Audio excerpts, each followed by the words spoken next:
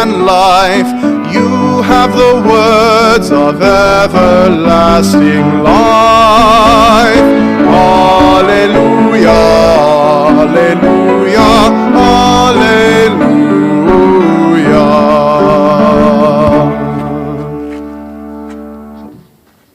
My friends, the Lord be with you. And with your spirit. This is a reading from the Holy Gospel according to Mark. Glory to you, O Lord. James and John, the sons of Zebedee, came to Jesus and said to him, "Teacher, we want you to do for us whatever we ask of you."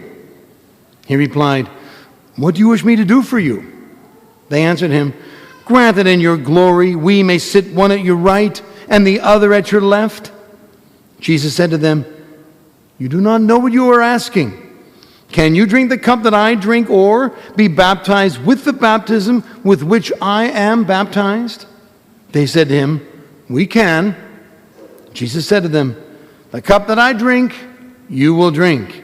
And with the baptism with which I am baptized, you will be baptized. But to sit at my right or at my left is not mine to give. It is for those for whom it has been prepared." When the 10 heard this, they became indignant at James and John. Jesus summoned them and said to them, "You know that those who are recognized as rulers over the Gentiles lord it over them, and their great ones make their authority over them felt. But it shall not be so among you. Rather, whoever wishes to be great among you will be your servant. Whoever wishes to be first among you will be the slave of all. For the Son of Man did not come to be served, but to serve, and to give his life as a ransom for the many." My friends, the gospel of the Lord. Praise to you, Lord Jesus Christ.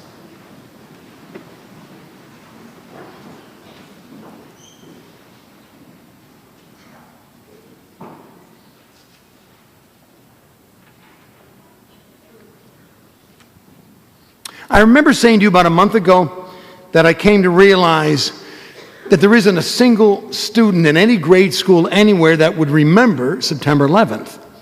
But for those of us who do, every single moment of that horrid day is as vivid as if it just happened yesterday.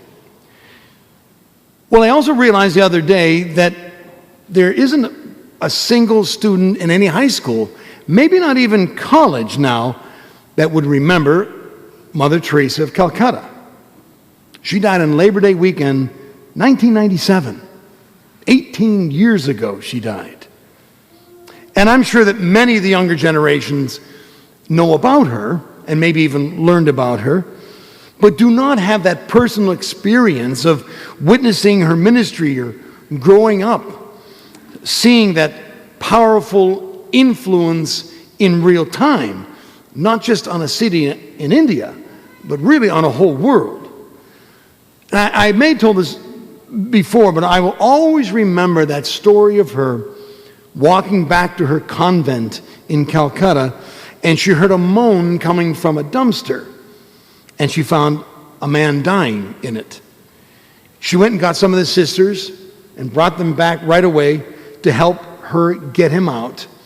And they took him back to their convent so they could nurse him. For the next several days until he died, Mother Teresa and the other sisters took turns holding his hand constantly around the clock so that he could feel the warmth and the love of human touch until God took him. That simple gesture taught the whole world that no one, not one human being, should ever have to die alone. Mother Teresa was born in poverty, she died in poverty, and lived almost 70 years of ministry among the poorest of the poor. But she influenced a world, not just a city in India, but a world. And as so many of you maybe know by now, it was revealed by her spiritual director after she died that for the last 50 years of her ministry, she felt no presence of God, no joy from faith. And she did it anyway. When she joined the Sisters of Loretto, originally at the age of 18, and she lived to be 87, I'm not sure what was in her mind or in her heart about her desire to serve or what she'd hoped to accomplish in the life of a sister. But looking back on it, it was nothing short of astounding, just in its simplicity and its sincerity.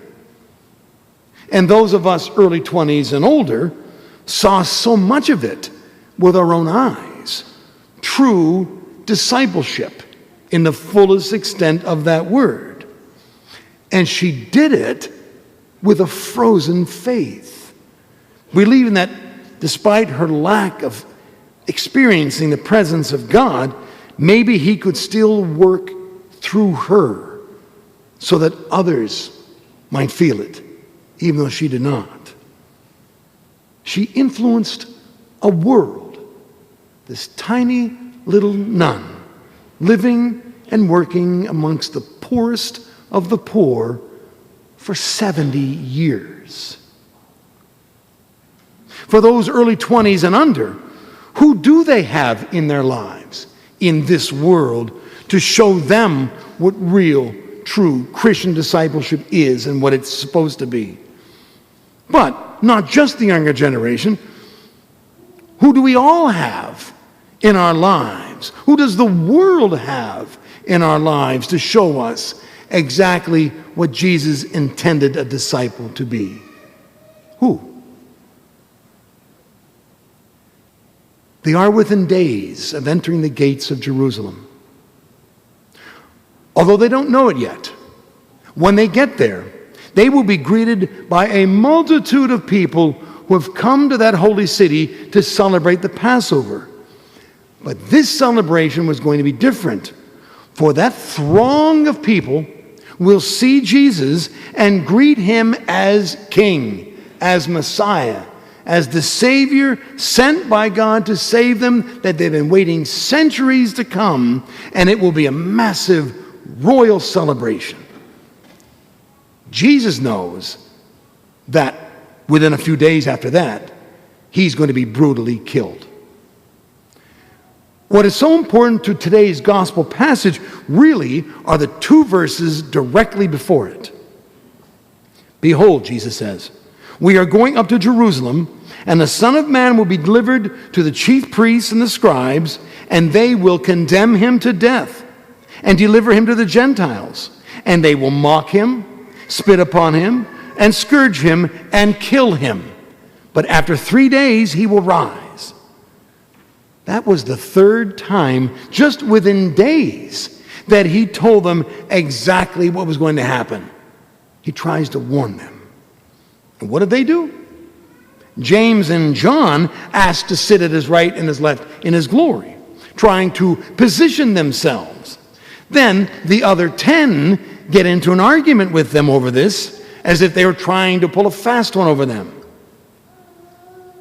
This scene shows how absolutely oblivious the apostles were as to not only what was to happen to Jesus, but they were completely oblivious as to what it means to be a disciple. Jesus didn't call them to follow him so that they could get some kind of future reward, such as a position of prominent authority. Jesus called them to follow him so that they could bring peace and comfort and mercy and forgiveness and hope and love to the people of God, especially those who never knew any of that. In the mind of Jesus the Christ, the Messiah, Son of God, anyone who is baptized and claims discipleship is to see to it at all costs, regardless of the pain and suffering, see to it that others may know God's love and mercy. Period. And anyone who's baptized and claims discipleship is to do that no matter how hard it is, how impossible it may seem, how rejected they may be, how alone and unpopular they may feel, for that is what a disciple does. And that is what Jesus calls every baptized disciple to do. The reward? Not prominent positions, not comfort and security, not even worldwide recognition. The reward is forever basking in the light and the glory of the very face of God. This present world doesn't seem to have any real public figures like Mother Teresa that powerfully influences a whole world by a lifetime of real actions of discipleship. We could say Pope Francis, yes, but he's the Pope, and popes do that. They're supposed to. However, the people of this zip code have the 400 of us sitting right here, right now. The younger generations have us, and they have each other. The older generations have us, and they have each other. We can be the most influential disciples in our own lives and the lives of everyone we meet if we have the strength, the faith, and the guts to do so. Instead of all of us waiting around for another Mother Teresa to come to the earth, let's just do it ourselves. Let's have the 400 of us right here, right now, become the very reason why someone else knows the presence, the power, and the love of God. We are baptized. We are disciples. We are all called to do it, and we can. I wish you God's peace.